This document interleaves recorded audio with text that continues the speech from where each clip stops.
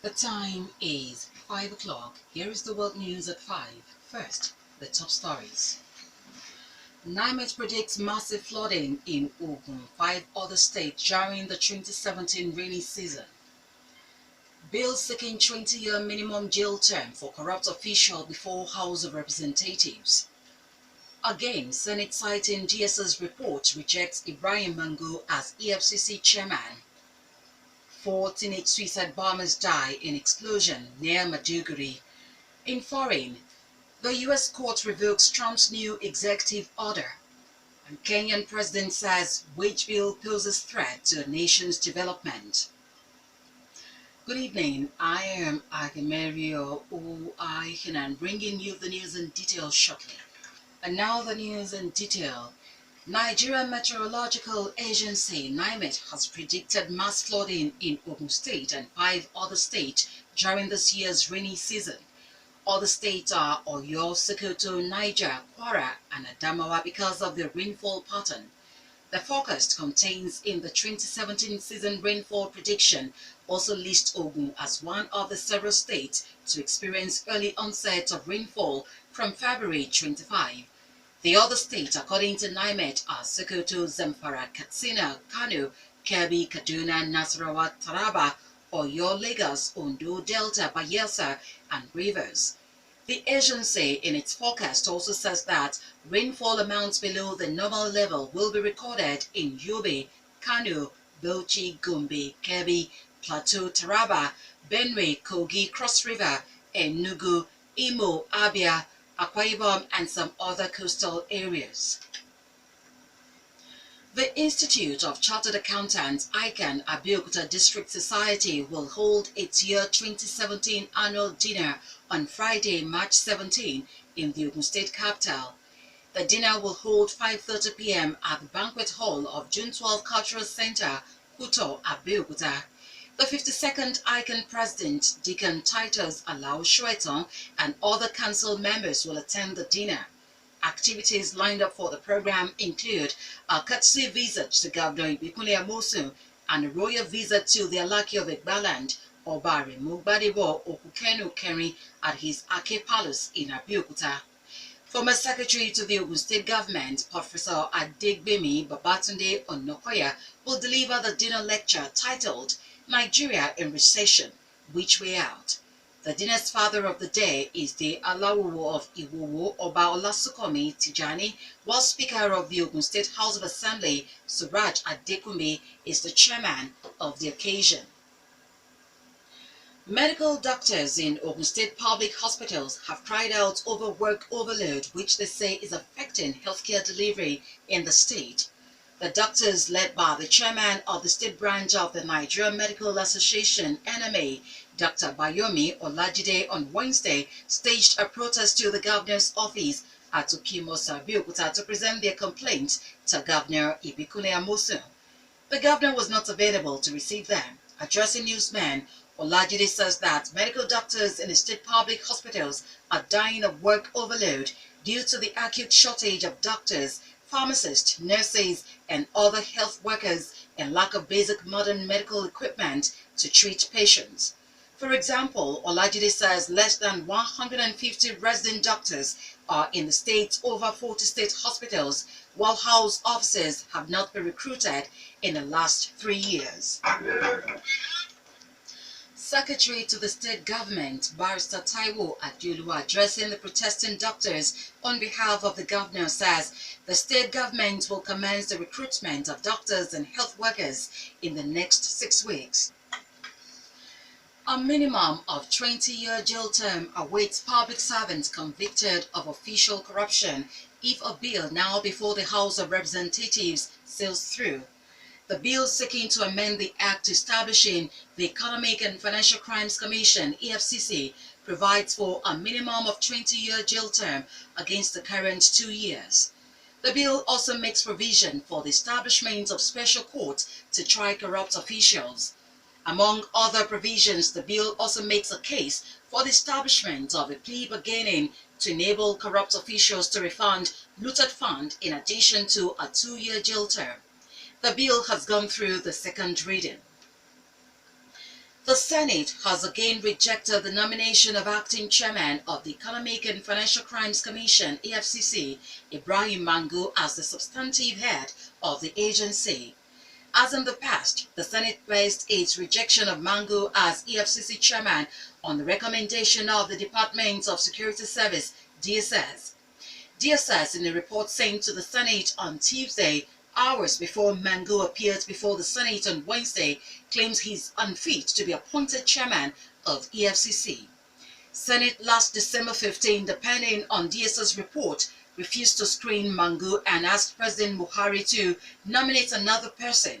But Buhari renominated Mangu to the Senate for the job later on January 24 this year. Senate President Bukola Saraki states the position of the Senate on Mangu. Senator Rabiu Kwankwanso has accused his successor, Governor Abdullahi Ganduje of Kano State and former Vice President Atiku Abubakar of finalizing moves to defect from APC.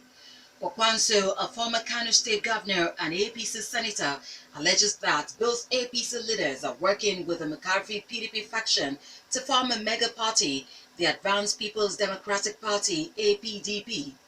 The senator, rumored to have defected to PDP on Tuesday, dismissed the report, saying he remains a solid member of APC, that he was one of its founding members.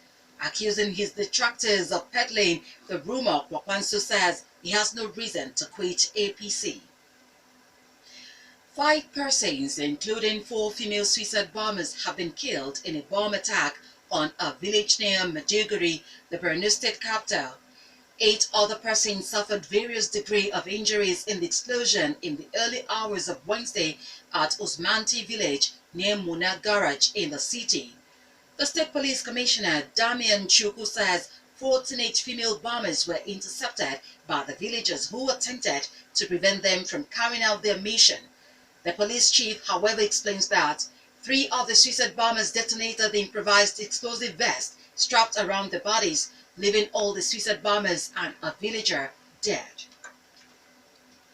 You're still listening to the Media News on Rock City 101.9 FM. Up next, we bring you foreign, business and sport news. Please do stay with us. A federal judge in Hawaii has blocked President Donald Trump's new travel ban hours before it was due to begin after midnight today. U.S. District Judge Derek Watson cited questionable evidence in the government's argument that the ban was a matter of national security. Speaking at a rally in Nashville, Tennessee on Wednesday evening, Mr. Trump said the ruling in Hawaii was flawed and a case of unprecedented judicial overreach.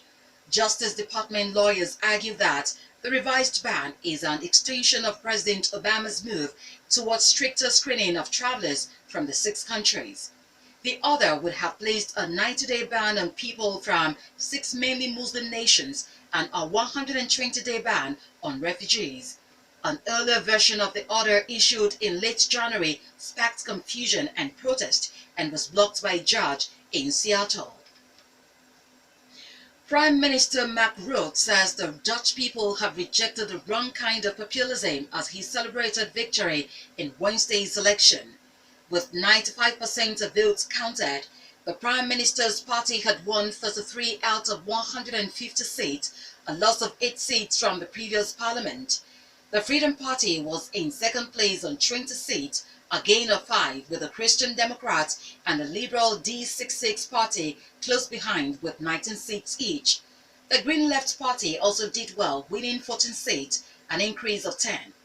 With nearly all votes counted, his party easily beat the anti-immigration Freedom Party of Geert Wilders. President Uhuru Kenyatta has said the nation's wage bill is one of the country's biggest challenges. Kenyatta, in his last State of the Nation address before a general election in August, says the wage bill threatens to destroy national development agenda. According to him, 50% of all the money collected as revenue from the Kenya taxpayer goes into the pockets of less than 2% of the country's population. The president also considered that the nation is facing significant problems, including insecurity, corruption, and unemployment. The president ended his speech with a direct appeal to voters to deliver another term for his government. Now in business. Ogun State government is to facilitate a massive production of food during this year's planting season. Ahead of the planting season, it is to flag off the clearing of 5,000 hectares of farmland in different parts of the state. Agriculture Commissioner Mrs. Peju Adebajo, who made this known at a meeting with stakeholders in the agriculture sector in the state, says that rice, cassava and maize will be planted during the first phase of the food production program. The state, according to Adebajo, will also invest massively in cotton production, fishery and poultry farming, as well as vegetable production in the second phase. She asked stakeholders, especially farmers, to be alive to the responsibilities as the state was ready to increase food production and security. Finally, sport news.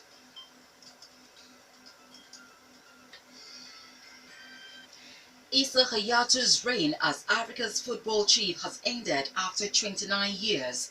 Madagascar football administrator Hamad Hamad has been elected the new CAF president after defeating incumbent CAF president in Thursday's CAF election. In the election, which was held at CAF's 39th General Assembly in Addis Ababa, Hamad defeated Hayatu in a shocking result after picking up 34 votes of his 20. Hayatu had been in power since 1988 when he replaced Abdel Halim Mohammed and has overseen significant growth in the continental game and in CAF standing within the global football community. MFM-FC continued their good form in this season's Nigeria Professional Football League (NPFL) with a 1-1 draw in a rescheduled game away to Wiki Tourist. The hosts took the lead on 35th minute through forward Shema Tanze at the Boubacar Tafawa Balewa Stadium, Bauchi. They were, however, pegged back by the irrepressible and plucky visitors who got back on level terms 16 minutes after the restart. In the other rescheduled NPFL Matchday night clash played out in Calabar, Enyimba produced a solid display to overcome FC Fanyuba 2-0. Club captain Ofon Udo's intelligent assist was swept home by Joseph Osadiaye as the People's Elephant took the lead at the UJ Eswana Stadium, Calabar. Udo completed a good day in the office for himself and the club with the insurance goal 2 minutes from time.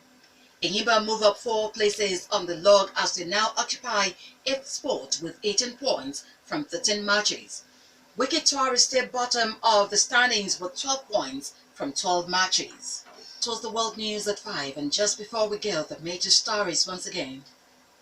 NIMET predicted massive flooding in Ogun, 5 other states during 2017 rainy season.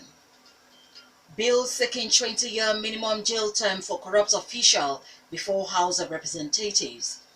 Again, Senate citing DSS report rejected Ibrahim Mangu as EFCC chairman. 4 teenage suicide bombers died in explosion near Maiduguri. On a foreign scene, we told you that the U.S. court revoked Trump's new executive order, and also reported was Kenyan president said wage bill posed threat to the nation's development. For more stories and to listen to us live, please log on to our website www.rockcityfmradio.com/live. Thank you so much for listening. I am Agimerio O.I. Hinan. Good evening.